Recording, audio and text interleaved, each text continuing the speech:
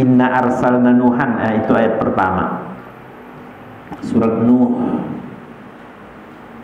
Baik.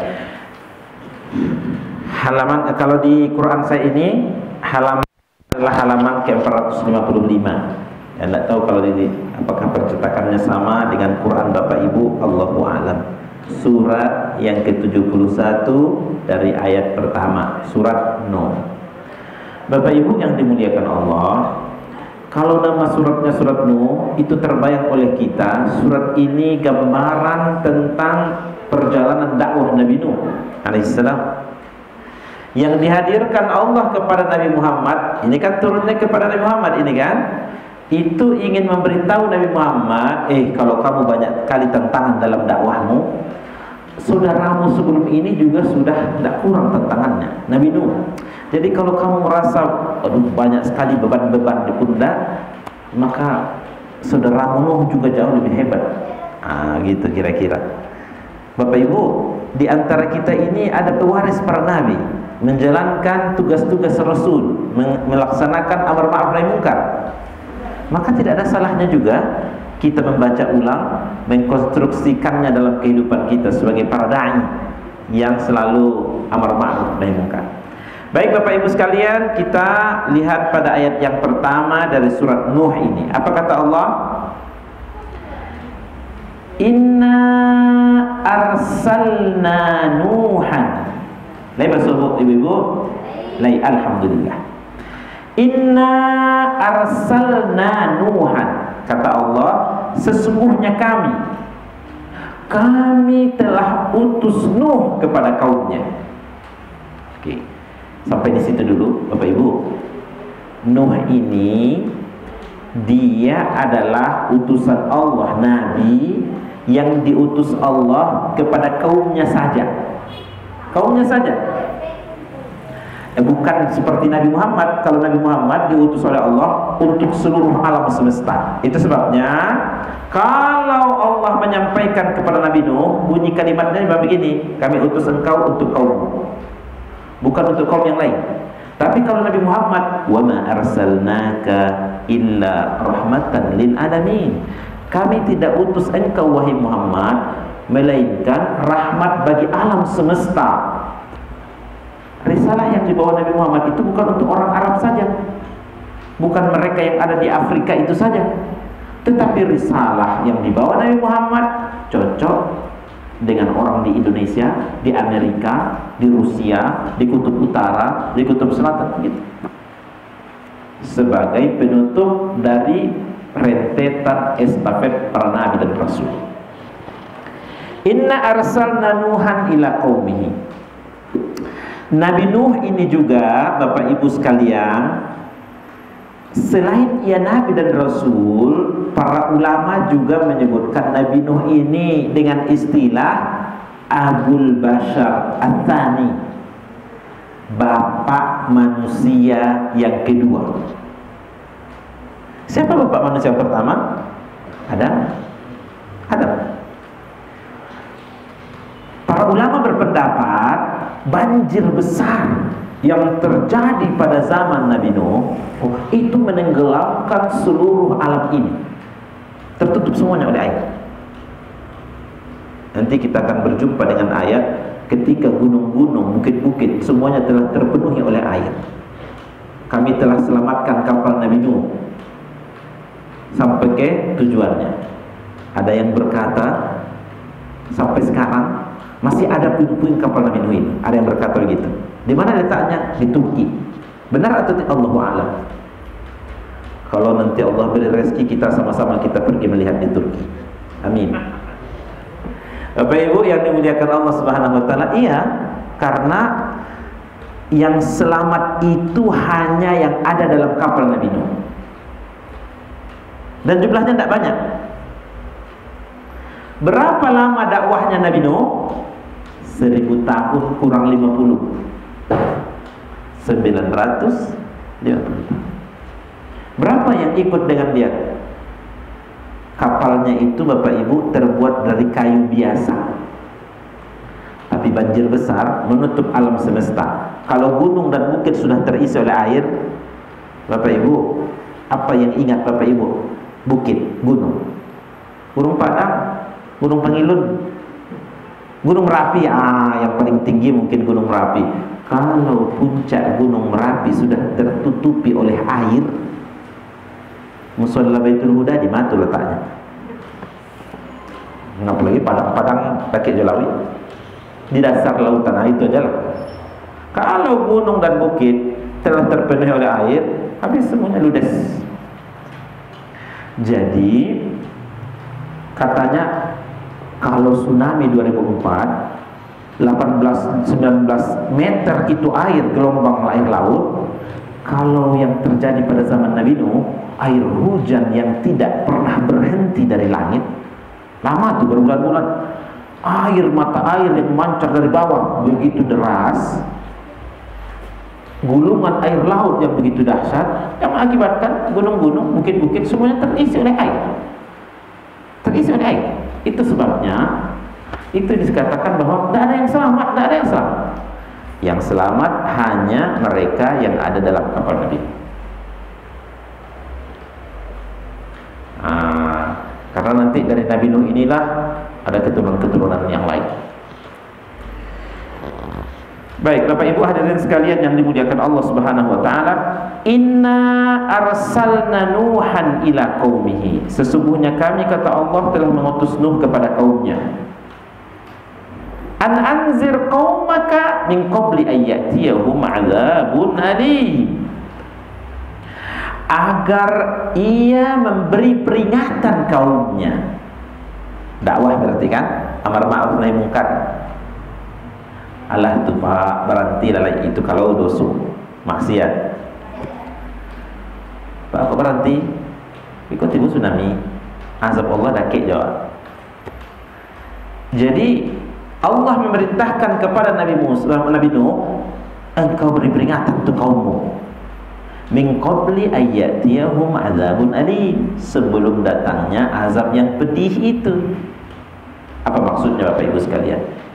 Nabi Musa, bila umatmu mendengarkan arahanmu itu untuk melakukan kebaikan, meninggalkan dosa, bisa-bisa tercancel azab Allah itu.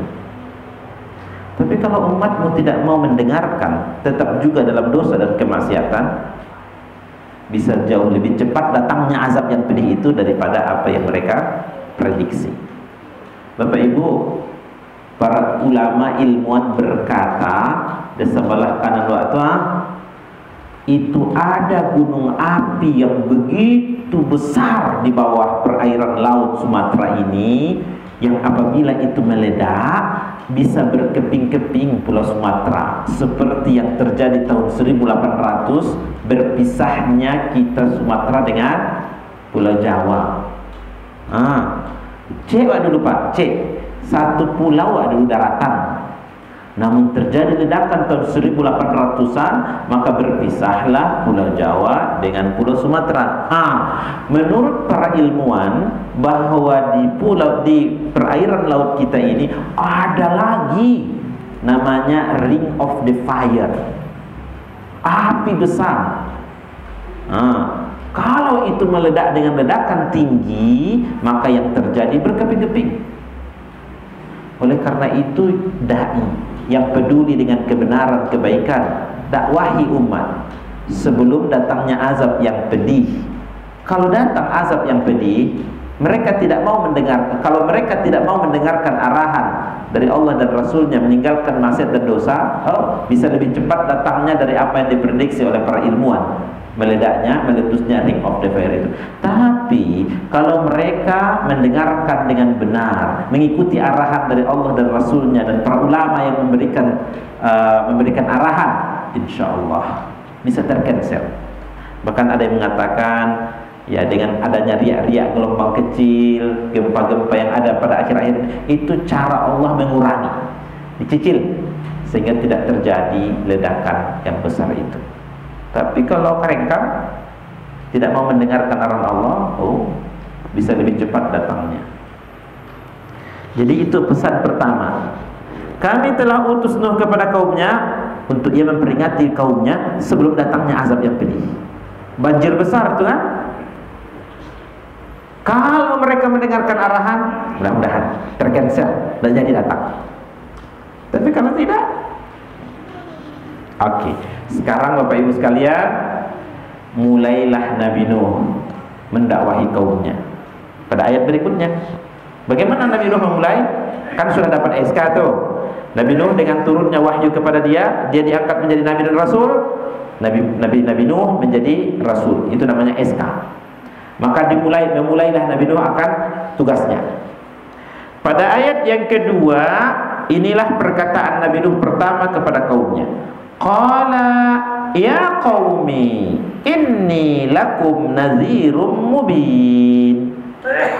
Apa katanya? Wahai kaumku, aku ini untuk kalian sebagai pemberi peringatan yang nyata untuk kalian. Bapak Ibu yang dimuliakan Allah, bahasa yang dipakai oleh Nabi Nuh ini itu bahasa kelembutan. Ya qaumi, itu sama dengan ibu-ibu berkata kepada anak-anaknya, nak, wahai putraku, wahai putriku. Itu sama.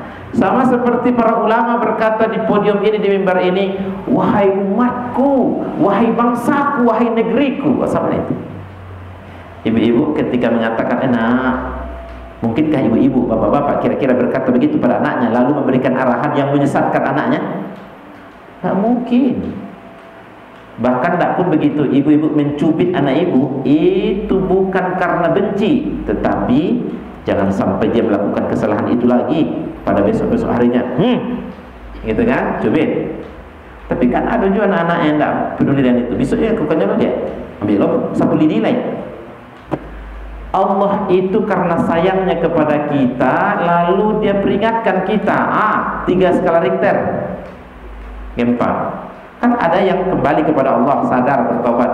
Ada juga yang mada tetap juga dia melaksanakan dosa-dosa, tetap juga dia memaksiatkan. 7 skala Richter pakai tsunami. Yang sadar, yang enggak. Sama seperti itu ibu yang mencubit anak ibu. Enggak mau juga dia, enggak mau berubah. Ambil sapu lidi lagi. Yang kembali kepada jalan kebenaran, kembali enggak, mada tetap mada. Tetapi Bapak Ibu sekalian, ketika bapak-bapak, ibu-ibu mengatakan kepada anaknya, wahai anakku, sebagaimana para ulama mengatakan, wahai umatku, wahai bangsaku, wahai negeriku. Mungkinkah seorang ibu ia memberikan arahan kepada anaknya yang menyesatkan anaknya? Mungkin. Mungkinkah seorang ulama berkata kepada wahai bangsaku, wahai negeriku, wahai umatku? Mungkinkah ulama itu akan memberikan sesuatu yang merusak, merongrong persatuan kebangsaan? Mungkin. Yang berpikiran picik sajalah yang suuzon dengan itu. Para nabi, para rasul, para ulama, dengan diri-diri mereka ini mereka persembahkan untuk umatnya, untuk bangsanya, untuk negerinya, untuk agamanya. Sebagai tameng, diserahkan dirinya di depan, gitu kan? Para nabi, para rasul itu begitu. Jadi Nabi Nuh berkata seperti ini, wahai kaumku. Apakah Nabi Nuh ada keuntungan pribadi untuk dirinya supaya dia gagah tidak juga. Semua arahan-arahan yang disampaikannya itu adalah kebaikan, yang kebaikannya kembali kepada umat, kembali kepada pribadi masyarakat. Cuma kadang itulah di antara masyarakat itu kan suuzon. Terus inni lakum nadhirum mubin, saya ini hadir untuk kalian pemberi peringatan. Karena sayang jangan sampai azab Allah itu datang menimpa kita. Baik, Bapak Ibu, inilah kesimpulan dari ajaran yang disampaikan Nabi Nuh itu. Ayat berikutnya, 3 poin penting dari kesimpulan materi yang disampaikan Nabi Nuh kepada kaumnya. An ya'budullaha wattaquhu wa ati'un. Apa yang 3 itu? Yang pertama, an ya'budullah, sembahlah Allah, tauhidkan, esahkan Dia. Itu dari zaman Nabi Adam sampai Nabi Muhammad, itu juga kontennya, itu juga isinya, itu juga materinya. Tidak pernah berubah sebenarnya. Kapan tiba-tiba Tuhan itu jadi 3? Itu dibuat-buat oleh mereka. Tidak pernah Nabi Isa mengatakan dirinya sebagai Tuhan. karena Tuhan ini Tuhan ini ingin berbuat baik, ingin menebus dosa-dosa dari Nabi Adam yang keluar dari surga, sampai zamannya saya serahkan diriku untuk disalib. Bapak Ibu yang dimuliakan Allah, aduh, tidak berdayanya Tuhan, lalu ia menyerahkan dirinya sehingga mati, terus nanti hidup lagi. Bapak Ibu yang dimuliakan Allah Subhanahu wa taala, jadi konten yang pertama yang merupakan ajaran intisari ajaran ketauhidan itu, akidah itu dari Nabi Adam sampai Nabi Muhammad bisa dicek. Yang pertama, mentauhidkan, mengesahkan Allah, menyembah dan beribadah hanya kepada Allah. Dan itu yang tersimpul dari kalimat la ilaha illallah. Tiada Tuhan selain Allah.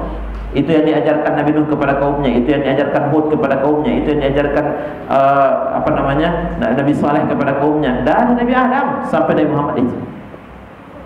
Yang kedua apa Bapak Ibu? Yang kedua, wattaqu, takut, bertakwa hanya kepadanya, yaitu Allah Subhanahu wa taala.